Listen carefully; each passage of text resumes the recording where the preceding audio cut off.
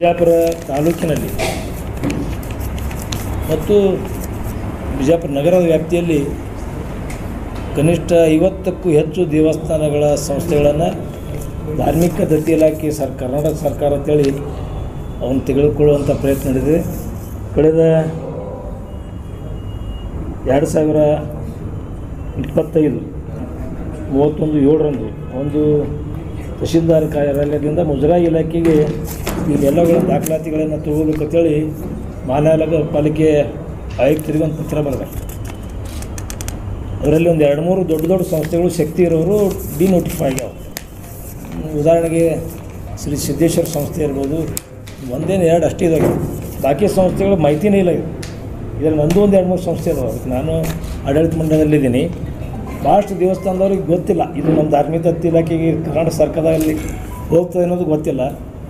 ಅದಕ್ಕೆ ಈ ರೀತಿ ಅವ್ರಿಗೆ ಸಾರ್ವಜನಿಕ ನೋಟಿಸ್ ಇಲ್ಲದೇ ಅವನ್ನ ವಶಪಡಿಸ್ಕೊಳ್ಳುವಂಥದ್ದು ಸರ್ಕಾರದ ಅಧೀನದಲ್ಲಿ ತೆಗೆದುಕೊಳ್ಳುವಂಥ ಪ್ರಯತ್ನ ನಡೆದಿದೆ. ಇದನ್ನು ನಾನು ವಿರೋಧಿಸಿ ತಮ್ಮ ಮುಖಾಂತರ ನಾನು ಸರ್ಕಾರಕ್ಕೆ ಗಮನ ಸೆಳೆಯಕ್ಕೆ ಬಯಸ್ತಿದ್ದೀನಿ. ಎಲ್ಲವುಗಳನ್ನು ಯಾವ ರೀತಿ ನೀವು ಸಿದ್ದೇಶ್ವರ ಸಂಸ್ಥೆ ಮತ್ತು ಬೇರೆ ಒಂದು 2-3 ಸಂಸ್ಥೆಗಳನ್ನು ಕೈ ಬಿಟ್ಟಿದ್ರಿ, ಅದೇ ರೀತಿ ಇವನು ಕೂಡ ಕೈ ಬಿಡಬೇಕು ಅನ್ನುವಂಥ ವಿನಂತಿಯನ್ನು ಮಾಡ್ತಾಯಿದ್ದೀನಿ. ಯಾಕಂದರೆ ಅಲ್ಲೇ ಒಂದು ಆಡಳಿತ ಮಂಡಳಿ ಇರುತ್ತೆ, ಅವ್ರದ್ದೇ ಆದಂಥ ವ್ಯವಸ್ಥೆ ಇರ್ತದೆ, ಅವರು ಅದನ್ನು ನಡೆಸ್ಕೊಂಡು ಹೋಗ್ತಾ ಇರ್ತಾರೆ. ಯಾಕಂದರೆ ಸಣ್ಣ ದೇವಸ್ಥಾನ ಬಿಜಾಪುರದಲ್ಲಿ ಇವತ್ತು ಭಾಳಷ್ಟು ದೇವಸ್ಥಾನ ಅದರಲ್ಲಿ 50 ಪಟ್ಟಿ ಮಾಡಿದಂಥ ಒಂದು ಲಿಸ್ಟು ಒಂದು 5-6 ದಿವಸ ಹಿಂದೆ ಸಿಕ್ಕಿತ್ತು ನನಗಿದು. ನನಗೆ ಬೇರೆ ಕೆಲಸದಿಂದ ಒತ್ತಡದಲ್ಲಿ ಮಾಡೋಕ್ಕಾಗಲಿಲ್ಲ ಪತ್ರಿಕಾ ಸಭೆ. ಆ ದೇವಸ್ಥಾನದ ಯಾವ ಸಮಿತಿಗೂ ಗೊತ್ತಿಲ್ಲದೇ ನೇರವಾಗಿಯೇ ಅವರೆಲ್ಲ ದಾಖಲಾತಿಗಳನ್ನು ಕಲೆಕ್ಟ್ ಮಾಡುವಂಥದ್ದು, ಅದನ್ನು ಧಾರ್ಮಿಕ ದತ್ತಿ ಇಲಾಖೆ ಕರ್ನಾಟಕ ಸರ್ಕಾರ ಅನ್ನುವಂಥದ್ದು ಮಾಡುವಂಥ ಒಂದು ಪ್ರಯತ್ನ ನಡೆದಿದೆ. ಇದು ಹಲವಾರು ದೇವಸ್ಥಾನಗಳು ತಮ್ಮ ಒಳ್ಳೆಯ ರೀತಿಯಿಂದ ಕಾರ್ಯಚಟುವಟಿಕೆಗಳನ್ನು ಮಾಡಿ ಧಾರ್ಮಿಕ ಕಾರ್ಯಕ್ರಮಗಳನ್ನು ಇವತ್ತು ನವರಾತ್ರಿ ಹಿಡಿದು ಎಲ್ಲ ಕಾರ್ಯಕ್ರಮನ ಒಳ್ಳೆಯ ರೀತಿ ಸಾರ್ವಜನಿಕರಿಗೆ ಭಕ್ತರಿಗೆ ಒಳ್ಳೆಯ ಕೆಲಸ ನಿರ್ವಹಿಸಿದ್ರೆ ಇದನ್ನು ಸಂಪೂರ್ಣವಾಗಿ ಕೈ ಬಿಡಬೇಕು. ಯಾಕಂದರೆ ಎಲ್ಲ ದೇವಸ್ಥಾನದವ್ರು ಮಾಹಿತಿನೇ ಸಿಕ್ಕಿಲ್ಲ. 50 ಮಂದಿ ಒಳಗೆ ಭಾಳ ಮಂದಿಗೆ ಒಬ್ರಿಬ್ಬರು ಸಿಕ್ಕಿರ್ಬೋದು, ಆದರೆ ಭಾಳ ಮಂದಿ ಸಿಕ್ಕಿಲ್ಲ. ಇದು ಸರ್ಕಾರದದು ಏನು ಕ್ರಮ ಅದೇ ತಪ್ಪದ, ಇದನ್ನು ವಾಪಸ್ ತಗೋಬೇಕು ಅನ್ನುವಂಥ ಆಗ್ರಹವನ್ನು ನಿಮ್ಮ ಮುಖಾಂತರ ಮಾಡಲಿಕ್ಕೆ ಬಯಸ್ತಾರೆ.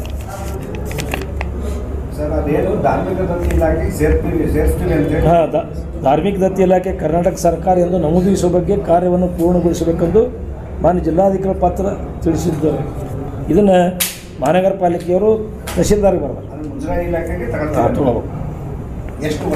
50 ಬಿಜಾಪುರ ನಗರದ ಟೋಟಲಿ ಅಂದರೆ ಈ ನಾಟಾಣ ಅಂದರೆ ಈ ಒಂದು ಹಮಾಲ್ ಕಾಲನಿ ಹಿಂಗೆ ಯೋಗಾಪುರ ಎಲ್ಲ ಸೇರಿಕೊಂಡು 50 ದೇವಸ್ಥಾನ. ಯಾಕಂದರೆ ಇದು ಹಿಂದೂಗಳದೆಲ್ಲ ಶ್ರದ್ಧಾ ಕೇಂದ್ರಗಳಿವೆ. ಯಾಕಂದರೆ ಅವ್ರು ಏನು ನಡೀತದೇ ಗೊತ್ತಾಗ್ತಿಲ್ಲ. ಸರ್ಕಾರದವರು ಟೋಟಲಿ ಇವತ್ತು ಭಾಳಷ್ಟು ಈ ರೀತಿ ಕ್ರಮಗಳನ್ನು ತೆಗೆದುಕೊಂಡು ಪ್ರತಿಭಟನೆಯನ್ನು ಎದುರಿಸ್ತಾ ಇದೆ. ಇವತ್ತು ಸಾಕಷ್ಟು ಘಟನೆಗಳನ್ನು ಇದಕ್ಕೆ ಮುಂದೆ ಪ್ರೆಸ್ ಮೀಟ್ನಲ್ಲಿ ಕೇಳಿರ್ಬೋದು. ಇದು ಈ ರೀತಿ ದೇವಸ್ಥಾನಗಳು ಅವ್ರಿಗೆ ಗೊತ್ತಿಲ್ಲದೇ ಸರ್ಕಾರಕ್ಕೆ ಹೋಗ್ಬಿಟ್ರೆ ದೇವಸ್ಥಾನದವ್ರ ಪರಿಸ್ಥಿತಿಯನ್ನು ಇದು ಸಿದ್ದೇಶ್ವರ ಸಂಸ್ಥೆ ಮತ್ತು ಇನ್ನೂ 2-3 ಜನ ನೆನಪಿಲ್ಲ ಸರ್, ಅವ್ರು ದೊಡ್ಡ ಸಂಸ್ಥೆದವ್ರು ಗೊತ್ತಾಗಿ ಮಾಹಿತಿ ಸಿಕ್ಕಲ್ಲ, ಅವ್ರು ಡಿನೋಟಿಫೈ ಮಾಡ್ಕೊಂಡಾರು ತಗೊಂಡ್ರು ಅದರಂದು. ಈ ಸಣ್ಣ ಸಂಸ್ಥೆಗಳು ಈ ಉದಾಹರಣೆಗೆ ವಿಜಯಾಂಬ ದೇವಸ್ಥಾನ ಇರ್ಬೋದು, ಯಲ್ಲಮ್ಮ ದೇವಸ್ಥಾನ ಇರ್ಬೋದು, ಜೋರಾಪುರದಾಗ ಒಂದು 10 ದೇವಸ್ಥಾನಗಳು ಈ ನಮ್ಮ ಜೋರಾಪುರದಲ್ಲಿರುವಂಥ ಮೇನ್ ರೋಡಿಗೆ ದೇವಿ ಗುಡಿ, ಆ ಗುಡಿಯನ್ನು ಇವೆಲ್ಲವೂ ಕೂಡ ಧಾರ್ಮಿಕ ದತ್ತಿ ಇಲಾಖೆ ಒಳಪಡಿಸುವಂಥ ಒಂದು ಇದು ಸಂಚು ನಡೆದ. ಇದನ್ನು ಬಿಡದೇ ಇದ್ದರೆ ನಾವು ಇವೆಲ್ಲ ದೇವಸ್ಥಾನದ ಸಮಿತಿಯನ್ನು ಕರೆದು ಒಂದು ಹೋರಾಟವನ್ನು ಮಾಡ್ತೀವಿ ಅನ್ನೋಂಥ ಎಚ್ಚರಿಕೆಯನ್ನು ಸಂದರ್ಭದಲ್ಲಿ ಕೊಡ್ಲಿಕ್ಕೆ ಬಯಸ್ತಾರೆ. ಇದು ನನಗೆ ಮೊನ್ನೆ ಸಿಕ್ಕ ಸರ್, ಇದು ಮಾಹಿತಿ ಲೀಕ್ ಆಗಿದೆ, ಅವ್ರು ಯಾರಿಗೂ ಸಿಕ್ಕಿಲ್ಲ. ಏನೋ ಒಂದು ಕಡೆ ನನಗೆ ಇದು ಗೊತ್ತಾಗ್ಬಿಡ್ತು, ಹಬ್ಬದಾಗ ಗೊತ್ತಾಗ್ಯದ. ಬಟ್ ನಾವು ಹಬ್ಬದ ಗದ್ದಲದಾಗ ಹಂಗೆ ಮಾಹಿತಿ ಕಲೆಕ್ಟ್ ಮಾಡತ್ತಾರೆ. ಅಂದ್ರೆ ಮಹಾನಗರ ಪಾಲಿಕೆಯವರು ಎಲ್ಲ ಉತ್ತಾರಿ ಜಾಗದ್ದು ಮ್ಯಾಪು ಕೊಡ್ಬೇಕಂತ ಅವ್ರು ಹೇಳ್ಯಾರ. ಕೊಡ್ತೀನಿ, ನಿಮ್ಮ ಕಾಪಿ ನೀವು ಓದಾತಿರತ್ತೆ. ಕೊಡ್ತೀನಿ ಐತಿ ಮಾಡಬೇಕನ್ನುವಂಥದ್ದು ನಡೆದವು. ಆರ್ಡ್ರ್ ಆದೇಶ ಆಗ್ಯದ ಸರ್. ಟೆಕ್ನಿಕಲಿ ಅನ್ನೋದಕ್ಕಿಂತ ನಮ್ಮದೇ ಆದಂಥ ಒಂದು ಆಡಳಿತ ವ್ಯವಸ್ಥೆ ಇರ್ತದೆ. ಅಲ್ಲಿ ನಾವೆಲ್ಲ ದೇಣಿಗೆ ರೂಪದಲ್ಲಿ ತೆಗೆದುಕೊಂಡು ಮಾಡುವಂಥದ್ದು ಪರಿಸ್ಥಿತಿ ಇರ್ತದೆ. ಆದರೆ ಸರ್ಕಾರದಿಂದ ಹೋಗ್ಬಿಟ್ರೆ ಅಲ್ಲಿ ಇಷ್ಟು ದಿವಸ ಏನೋ ಹಿರಿಯರ ಕಾಲದಿಂದ ಮಾಡ್ಕೊತ ಬಂದಿರ್ತಾರೆ, ವ್ಯವಸ್ಥೆನೇ ಸಂಪೂರ್ಣ ತಪ್ಪು ಹೋಗ್ಬಿಡ್ತದೆ. ಆದ್ರೆ ಅಟ್ಲೀಸ್ಟ್ ನಮ್ಮ ಗಮನಕ್ಕೆ ಬೇಕಲ್ಲ ಅದು. ಈಗ ನಾನು ಟ್ರಸ್ಟಿ ಅದೀನಿ ಅಂದ್ರೆ ನಮ್ಮ ಗಮನಕ್ಕೆ ಬೇಕಲ್ಲ, ಸರ್ಕಾರ ಕಡೆ ಹೊಂಟದ ಅಂತೇಳಿ ನಮ್ಮ ಗಮನಕ್ಕೆ ಇಲ್ಲ ಅದು.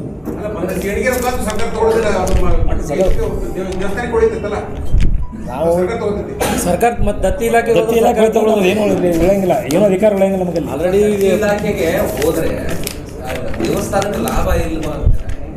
ಲಾಭ ಏನಿಲ್ಲ ರೀ, ಲಾಭ ಹಾನಿ ಅದ. ಹಾನಿ ಆದಕ್ಕಿಂತ ಅವ್ರದ್ದು ಆಡಳಿತ ನಡೆದ್ಬಿಡ್ತದೆ ಅಲ್ಲ ಅಂದ್ರೆ ದೇವಸ್ಥಾನ ಖರ್ಚು ನಾಳೆ ಸರ್ಕಾರ ಇದು ಅದಕ್ಕೆ ನನಗೆ ಅದ್ರ ಬಗ್ಗೆ ಪೂರ್ತಿ ಅಭ್ಯಾಸ ಮಾಡಿಲ್ಲ. ಒಟ್ಟಾರೆ ಇದು ಸರಿಯಲ್ಲ. ಯಾಕಂದ್ರೆ ಇಷ್ಟು ವರ್ಷ ಅಂತೂ ಯಾರೂ ಮಾಡಿಲ್ಲ. ಇಷ್ಟು ವರ್ಷ ಹಿಂದಕ್ಕೂ ಕೂಡ ಬಂದಿತ್ತಿದ್ದಿಲ್ಲ ನನಗೆಲ್ಲ ಅವು ಯಾರೂ ಮಾಡಿಲ್ಲ. ಯಾವ ಸರ್ಕಾರದವ್ರು ಮಾಡಿಲ್ಲ. ಇದು ಹಾಗೆ ಬಂದು ನೋಟಿಸ್ ತೊಗೊಂಡು ಅವೆಲ್ಲ ಅಷ್ಟಕ್ಕೆ ಮುಗಿದವು.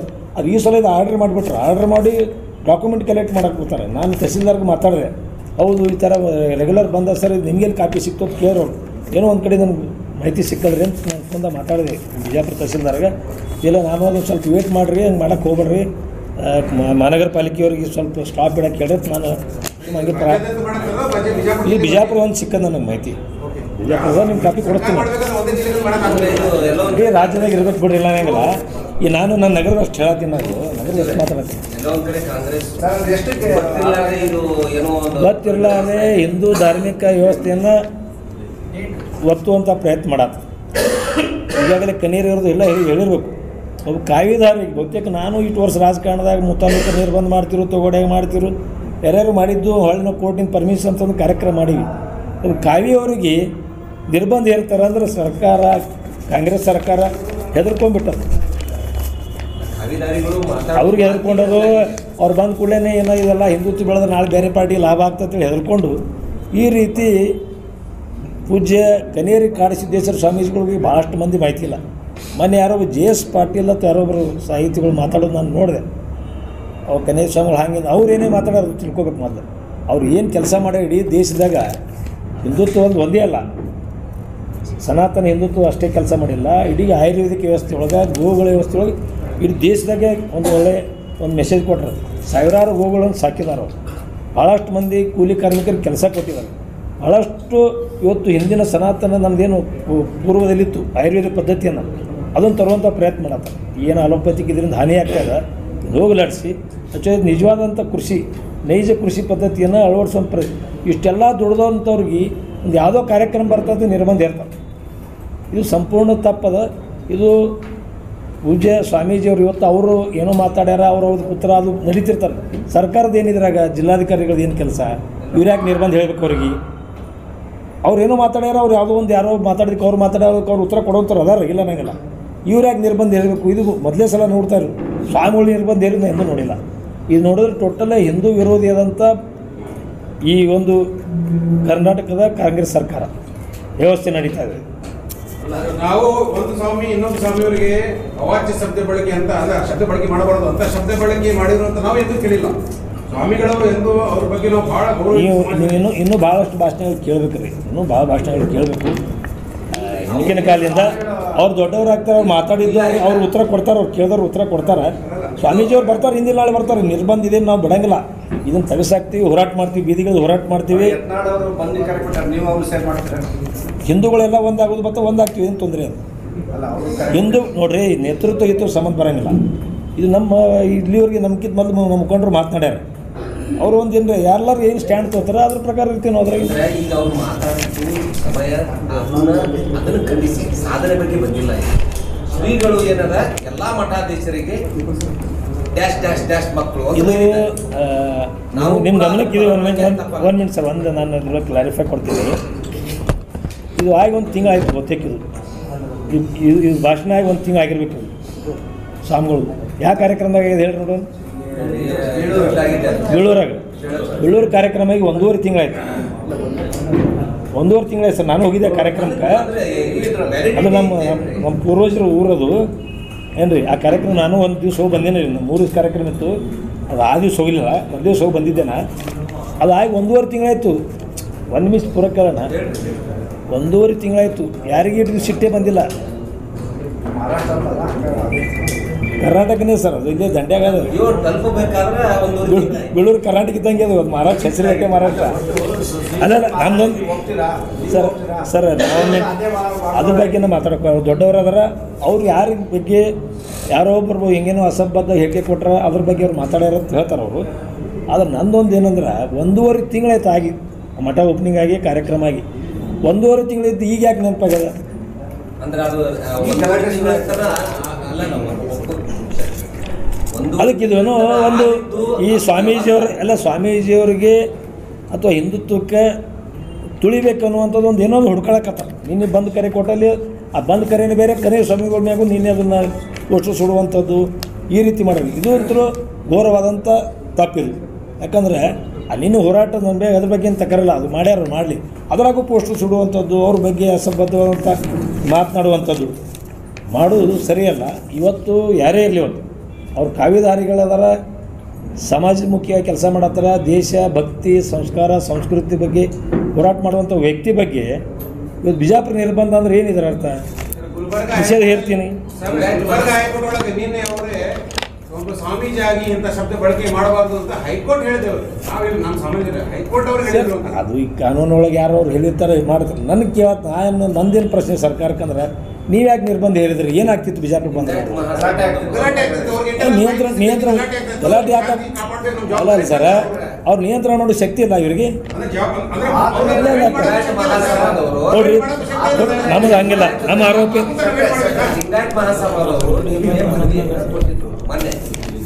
ಒಂದು ನಿಮಿಷ ಹೇಳ್ಬಿಡ್ತೀನಿ ಕೇಳಿ, ಈಗ ಒಂದು ನಿಮಿಷ ಹೇಳ್ಬಿಡ್ತೀನಿ ಕೇಳ್ರಿ. ಬಸವ ತತ್ವದ್ದು ಲಿಂಗಾಯತರದು ಇವ್ರು ತಮ್ಮದೇ ಆದಂಥ ವಿಚಾರಧಾರೆಗಳದಾವ, ಅವ್ರವ್ರದೇ ತತ್ವಗಳು ಬೇರೆ ಬೇರೆ. ಈಗ ನಾವು ಹಿಂದೂ ಧರ್ಮದ ಇದ್ರ ಬಗ್ಗೆ ನಾವು ಕೆಲಸ ಮಾಡ್ತೀವಿ. ಕೆಲವರು ಲಿಂಗಾಯತ ಇದ್ರ ಮೇಲೆ, ಕೆಲವರು ಜಾಗತಿಕ ಲಿಂಗಾಯತ ಒಂದಾಗಿತ್ತು. ಜಾಗತಿಕ ಲಿಂಗಾಯತ ಬೇರೆ, ಲಿಂಗಾಯತ ಬೇರೆ, ವೀರಶೈವ ಲಿಂಗಾಯತ ಬೇರೆ. ಇದು ತಮ್ಮದೇ ಆದಂಥ ವಿಚಾರಧಾರೆಗಳಲ್ಲಿ ಅವ್ರು ತಮ್ಮದೇ ಅಂತ ಕೆಲಸ ಮಾಡಬೇಕು. ಈಗಂತೂ ಇದನ್ನೆಲ್ಲ ಒಡೆದು ಕಲಾಸ ಮಾಡಿಬಿಟ್ರು. ಹಿಂದೂ ಧರ್ಮನೇ ಸತ್ಯನಾಶ ಆಗಿಬಿಡ್ತದೆ. 108 ಮಂದಿ 108 ಬರ್ಸ್ತಾರೆ ಜಾತಿ ಗಣತಿಯೊಳಗೆ. ಅವ್ರು ವೀರಶೈವ ಲಿಂಗಾಯತ ಬರೆಸ್ತಾನೆ, ಅವು ಹಿಂದೂ ಬರೆಸ್ತಾನೆ. ಇದು ಯಾರು ಮಾಡಿದ್ದು? ಸರ್ಕಾರ ಮಾಡಿದ್ದು. ಸರ್ಕಾರ ಟೋಟಲ್ ಹಿಂದೂಗಳನ್ನು ಛಿದ್ರ ಮಾಡುವಂಥ ಕೆಲಸಕ್ಕೆ ಕೈ ಹಾಕ್ಯದ, ಮಾಡ್ಯದ, ಆಲ್ರೆಡಿ ಆಗಿಬಿಟ್ಟದ. ಮತ್ತು ಮ್ಯಾಗ ಇವರು ಆ ಧರ್ಮದ ಬಗ್ಗೆ ಇವ್ರು ಏನು ಮಾತಾಡೋದು, ಅವ್ರು ಮಾತಾಡೋದು 1.5 ತಿಂಗಳಾಯ್ತು ಸ್ಟೇಟ್ಮೆಂಟ್ ಕೊಟ್ಟು. ನನಗೆ ನೆನಪಿದ್ದಿಲ್ಲ ಅದು ಯಾವಾಗ ಮಾತಾಡೋದು ಸ್ವಾಮಿಗಳು ಎಲ್ಲಿ ಹುಡುಕಾಡತ್ತೆ. ಆಮೇಲೆ ಗೊತ್ತಾಯ್ತು ಬೆಳೂರಾಗ ಮಾತಾಡೋ ಕಾರ್ಯಕ್ರಮ ನೋಡಿ ಮಾತಾಡೋದು ಇಲ್ಲ ಅಂತ ಹೇಳ್ತಿಲ್ಲ. ಅವ್ರು ಅದಕ್ಕೆ ಉತ್ತರ ಕೊಡ್ತಾರೆ. ನಿಮ್ಗೆ ಬರ್ತಾರೆ ಇಲ್ಲಿ ಬಂದು ನಿಮ್ಮ ನಾಳೆ ನಿಮ್ಮ ಮುಂದೆ ಪ್ರತ್ಯಕ್ಷ ಹಾಕ್ತಾರೆ. ಅವ್ರೇನು ಟೊಕೊಂಡು ಅಡ್ಡಾಡೋ ಸ್ವಾಮಿಗಳು ಅಲ್ಲ, ಅವರು ಟೊಕೊಂಡು ಅಡ್ಡಾಡೋ ಸ್ವಾಮಿಗಳು ಏನಲ್ಲ, ಅವ್ರು ಬಹಿರಂಗವಾಗಿ ಅದಾರ. ಅದಕ್ಕೆ ಇದನ್ನು ಕೂಡ ನಾನು ಖಂಡಿಸ್ತಾ ಇದ್ದೆ. ಈ ಒಂದು ಕಾರ್ಯ ತಪ್ಪು. ಮತ್ತು ಈ ದೇವಸ್ಥಾನಗಳ ಇದನ್ನು ಕೂಡ ಕೈ ಬಿಡಬೇಕು. ನಮ್ಮ ಏನು ಹಿಂದೂ ಧರ್ಮದ ಕಾವ್ಯಧಾರೆಗಳ ಬಗ್ಗೆ ಅತ್ಯಂತ ಗೌರವ. ಅದರಲ್ಲಿ ವಿಶೇಷವಾಗಿ ಕಾಳಸಿದ್ದೇಶ್ವರ ಮಠದ ಇತಿಹಾಸ ಸಾವಿರಾರು ವರ್ಷಗಳ ಒಂದು ಇತಿಹಾಸ, ಸಾವಿರಾರು ವರ್ಷಗಳ ಇತಿಹಾಸದ. ಇವರು ಇನ್ನೂ ಅದಕ್ಕೆ ಹೆಚ್ಚಿನ ಒಂದು ಅಂದ್ರೆ ಸುಮ್ಮ ಪೀಠಕ್ಕೆ ಹಾಕಿ ಕುಂಡ್ರದೇ ಫೀಲ್ಡಿಗಿಳಿದು ಕೆಲಸ ಮಾಡಾಕ ಅಂಥವ್ರಿಗೆ ಇವರು ದಮನಕಾರಿ ನೀತಿ ಈ ಥರ ನಿರ್ಬಂಧ ಇರೋದು, ಬ್ಯಾನ್ ಮಾಡೋದು. ಅಲ್ಲ ಒಂದು ನಿಮಿಷ, ನೀವು ಅದೊಂದು ಇತಿಹಾಸ ಹೇಳ್ಕೊಂಡ ಅದ್ರ ಇತಿಹಾಸ ತಗೊಂಡು ಸ್ವಾಮೀಜಿಗೂ ಅದಕ್ಕೂ ಮ್ಯಾಚ್ ಆಗಲ್ಲ. ಆ್ಯಕ್ಚುಲಿ ಹಂಗಿದೆ. ಇವರು ಆ ಮಠಕ್ಕೆ ಕರ್ಕೊಂತಿದ್ದಾರೆ, ಅದನ್ನು ಪ್ರಶ್ನೆ ಮಾಡಲ್ಲ ಯಾವ ಅಲ್ಲ ಸರ್. ಅವ್ರು ಒಳ್ಳೆ ಕೆಲಸ ಮಾಡತ್ತಾರೆ, ಯಾಕೆ ಪ್ರಶ್ನೆ ಮಾಡಿದ್ರಿ? ಈ ಸಂಸ್ಕಾರ ಸಂಸ್ಕೃತಿ ಸಾಂಸ್ಕೃತಿಕ ಪಾಠ ಕಲಿಸೋದು ತಪ್ಪ, ಗೋವುಗಳ ರಕ್ಷಣೆ ಮಾಡೋದು ತಪ್ಪ, ಆಯುರ್ವೇದಿಕ್ ಪದ್ಧತಿಯನ್ನು ಹೊಳೆ ಥರ ತರೋದು ತಪ್ಪ, ಗುರುಕುಲ ವ್ಯವಸ್ಥೆಯನ್ನು ತರೋದು ತಪ್ಪ. ಒಳ್ಳೆ ಕೆಲಸ ಮಾಡತ್ತಾರ ಅಲ್ಲ, ನಾವು ಒಳ್ಳೆ ಕೆಲಸ ಮಾಡ್ಯಾರ, ಒಳ್ಳೆ ಬೆಂಬಲ ಅನ್ಬೋದು. ನೋಡಿ ನಾವು ಒಟ್ಟಾರೆ ಕನೇರಿ ಸ್ವಾಮೀಜಿಯವರ ಜೊತೆ ಇರ್ತೀವಿ, ಅವ್ರ ಬೆಂಬಲವಾಗಿರ್ತೀವಿ. ಅವ್ರ ವಿರುದ್ಧ ಯಾವುದೇ ಕ್ರಮ ತೊಗೊಂಡು ಅದಕ್ಕೆ ಸಂಪೂರ್ಣವಾಗಿ ಎಚ್ಚರಿಕೆಯನ್ನು ಕೊಟ್ಟು ಹೋರಾಟವನ್ನು ಮಾಡ್ತೀವಿ. ಸರ್, ಕನೇರಿ ಶ್ರೀಗಳ ಪರವಾಗಿ ಯತ್ನಾಳ್ ಅವರು ಕೂಡ ಬೆಂಬಲವನ್ನು ವ್ಯಕ್ತಪಡಿಸಿ ಅಥವಾ ಪ್ರತಿಭಟನೆ ಮಾಡುವ ಸಾಧ್ಯತೆ ಇದ್ದಾವೆ. ನಾವು ಅವ್ರ ಜೊತೆ ನೋಡೋ ನಮ್ಮದು ನೋಡಿ ಸರ್, ನಮ್ಮದೇ ಆದಂಥ ಒಂದು ಟೀಮ್ ಇದೆ. ನಮ್ಮದು ಮುಖಂಡರಿದ್ದಾರೆ, ನಾವು ಇದ್ದೀವಿ. ನನ್ನ ಜೊತೆನೂ ಭಾಳಷ್ಟು ಜನ ನಮ್ಮ ಜೂನಿಯರ್ಸ್ ಅನ್ರಿ ಅಥವಾ ನನ್ನ ಸೀನಿಯರ್ಸ್ ಅನ್ರಿ ನಾಯಕರಿದ್ದಾರೆ. ನಾವು ಕೂಡ ತೀರ್ಮಾನ ಮಾಡ್ತೀವಿ, ನಾವು ಅವ್ರ ಜೊತೆ ಕೂಡ ಮಾಡಬೇಕು, ನಾವು ಬೇರೆ ಹೋರಾಟ ಮಾಡ್ಬೇಕು ಅನ್ನೋಂಥದ್ದು. ಎಲ್ಲರೂ ಏನು ತೀರ್ಮಾನ ತೋತ್ರ ನಮ್ಮ ನೋಡ್ರಿ, ಯತ್ನಾಳ್ ಅವ್ರ ರಾಜಕಾರಣ ವ್ಯವಸ್ಥೆನೇ ಬೇರೆ ಅದ, ನಮ್ಮದು ರಾಜಕಾರಣ ವ್ಯವಸ್ಥೆನೇ ಬೇರೆ ಇದೆ. ನಿಮ್ಗೆ ಗೊತ್ತಿದ್ದ ಸಂಗತಿ ಅದು, ಅದ್ರಾಗೇನು ಬಹಿರಂಗವಾಗಿ ಹೇಳುವಂಥ ಅವಶ್ಯಕತೆ ಇಲ್ಲ. ನಮ್ಮಲ್ಲಿ ಒಂದು ವ್ಯವಸ್ಥೆ, ನಮ್ಮಲ್ಲಿ ಕೆಲವರು ನಾಯಕರು ಅದಾರ, ಸೀನಿಯರ್ಸ್ ಅದಾರ, ಜೂನಿಯರ್ಸ್ ಅದಾರ, ಎಲ್ಲರೂ ಕೂಡ ಚರ್ಚೆ ಮಾಡ್ತೀವಿ. ನಾವೇನು ಮಾಡಬೇಕು, ಹೋರಾಟ ಏನು ಜೊತೆ ಕೂಡ ಮಾಡಬೇಕು, ನಾವು ಬೇರೆ ಮಾಡಬೇಕು. ಬಟ್ ವಿರುದ್ಧ ಈ ಏನು ನಿನ್ನೆ ಮಾಡಿದಂಥ ಕ್ರಮದ ವಿರುದ್ಧ ಹೋರಾಟ ಅಂತೂ ಮಾಡ್ತೀವಿ. ಅವ್ರ ಜೊತೆ ಕೂಡ ಮಾಡಲಿ, ಪ್ರತ್ಯೇಕವಾಗಿ ಮಾಡ್ತೀವಿ. ಅವ್ರದ್ದು ಒಂದೇ ವಿಚಾರ, ನಮ್ಮದು ಒಂದೇ ವಿಚಾರ ಅದು. ಸರ್, ಮೊದಲಿಂದ ನಾವು ಹಳೆಯದು ಕೇಳ್ಕೊಂತ ಬಂದೀವಿ. ಸ್ವಾಮೀಜಿಗಳು ಅಂದ್ರೆ ಯಾವುದೋ ರಾಜಕೀಯ ಪಕ್ಷಕ್ಕೂ ಸಂಬಂಧ ಇಲ್ಲದೆ ಇರುವಂತ ವ್ಯಕ್ತಿ ಅನ್ನುವಂತ ಅವ್ರ ಬಗ್ಗೆ ನಮ್ಗೆ ಯಾವಾಗಲೂ ಭಾರ ಉಂಟು. ಅದು ಇತ್ತೀಚೆಗೆ ಏನು ಅನ್ಸಕ್ತದೆ, ಒಂದು ಸ್ವಾಮಿ ಬಿಜೆಪಿ ಬಣದವ್ರು ಸಪೋರ್ಟ್ ಮಾಡ್ತಾರೆ, ಒಂದು ಸ್ವಾಮಿಗಳಿಗೆ ಕಾಂಗ್ರೆಸ್ ಬಣ ಸಪೋರ್ಟ್. ಸ್ವಾಮಿಗಳಿಗೂ ಪಕ್ಷ ಬಂದ್ಪಟ್ಟೆ ಅನಿಸುತ್ತೆ. ಈ ಸ್ವಾಮಿಗಳು ಕಾಂಗ್ರೆಸ್ನವರು, ಈ ಸ್ವಾಮಿಗಳು ಬಿಜೆಪಿ ಸಪೋರ್ಟ್. ಕೇಳ್ರಿ, ಇದ್ರ ಬಗ್ಗೆ ಮಾತಾಡೋಕೆ ನನ್ನ ಕಡೆ ಆಗಂಗಿಲ್ಲ. ಇದ್ರ ಕಡೆ ನನಗೆ ಮಾತಾಡೋಕ್ಕಾಗಲ್ಲ. ಅದಕ್ಕೆ ಸ್ವಲ್ಪ ಇನ್ನೂ ಜರ ಕಾಯಿಯವ್ರಿಗೆ ಬೇಕಾಗ್ತದೆ. ನಾ ಮಾತಾಡೋಕ್ಕೆ ಕಾವ್ಯ ಮಾತಾಡೋಕ್ಕಾಗಲ್ಲ ಇದಕ್ಕೆ.